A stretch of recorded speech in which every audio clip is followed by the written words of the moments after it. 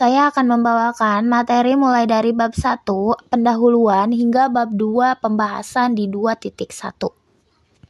Yang pertama ada di 1.1, yaitu latar belakang. Dalam kehidupan sehari-hari, manusia tidak pernah lepas dari statistik, mulai dari menghitung harga barang, biaya transportasi, hingga melihat ramalan cuaca. Statistik hadir sebagai kebutuhan untuk menyediakan teknik-teknik penyelesaian masalah yang beraneka ragam di dalam dunia akademik dan riset ilmiah. Statistik dan penelitian memiliki keterkaitan yang sangat erat dan tidak dapat dipisahkan karena statistik berfungsi menyediakan metode ilmiah untuk memecahkan masalah. Yang kedua yaitu ada tujuan pembelajaran. Memahami konsep, istilah, tujuan, fungsi, dan kegunaan statistik. Mampu membedakan tahapan-tahapan dalam metode statistik. Mampu menerapkan konsep statistika deskriptif dalam bidang ekonomi, akuntansi, dan juga bisnis. Tujuan utama statistik untuk menjelaskan hubungan antar variabel, membantu menyaring data dalam jumlah besar untuk menjabarkan hubungan antar variabel demi pengambilan keputusan.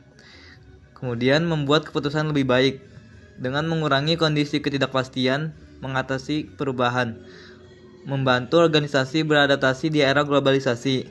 Kemudian membuat rencana dan ramalan atau forecasting, yaitu menyusun perkiraan kejadian di masa depan secara ilmiah. Kemudian yang B, kegunaan di bidang ekonomi dan bisnis. Memberikan gambaran umum atau khusus mengenai suatu peristiwa. Menyusun laporan kuantitatif secara ringkas, jelas, dan terarah. Kemudian mengetahui keterkaitan antar gejala ekonomi.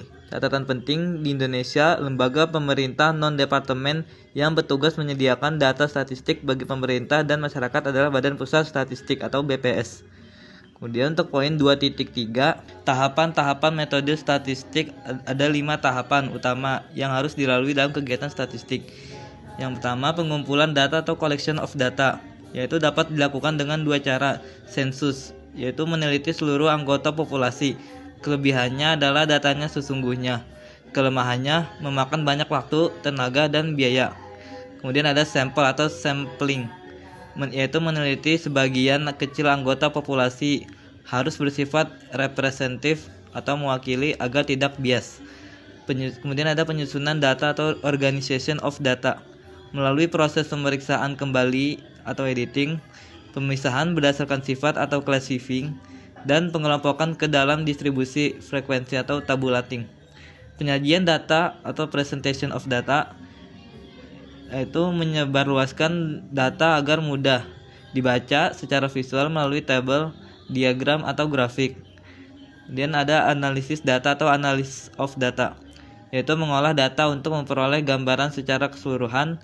Interpretasi data atau interpretation of data, yaitu menafsirkan hasil gambaran data untuk menarik kesimpulan yang benar. Komputer dalam statistik. Komputer sangat efisien digunakan dalam pengolahan data statistik jika dihadapkan pada kondisi jumlah input data yang sangat besar. Proyek pengolahan yang bersifat repetitif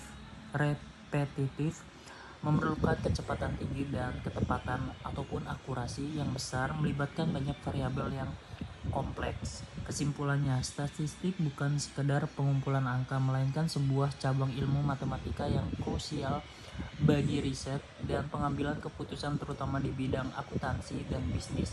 Statistik deskriptif menjadi landasan utama untuk merapikan dan menyajikan data secara visual sebelum dilanjutkan ke tahap statistik inferensial guna menarik kesimpulan yang berlaku umum bagi populasi di era modern. Integrasi antara ilmu statistik dan perangkat komputer menjadi hal yang tidak dapat dihindarkan demi efisien dan ketepatan analisa data. Terima kasih.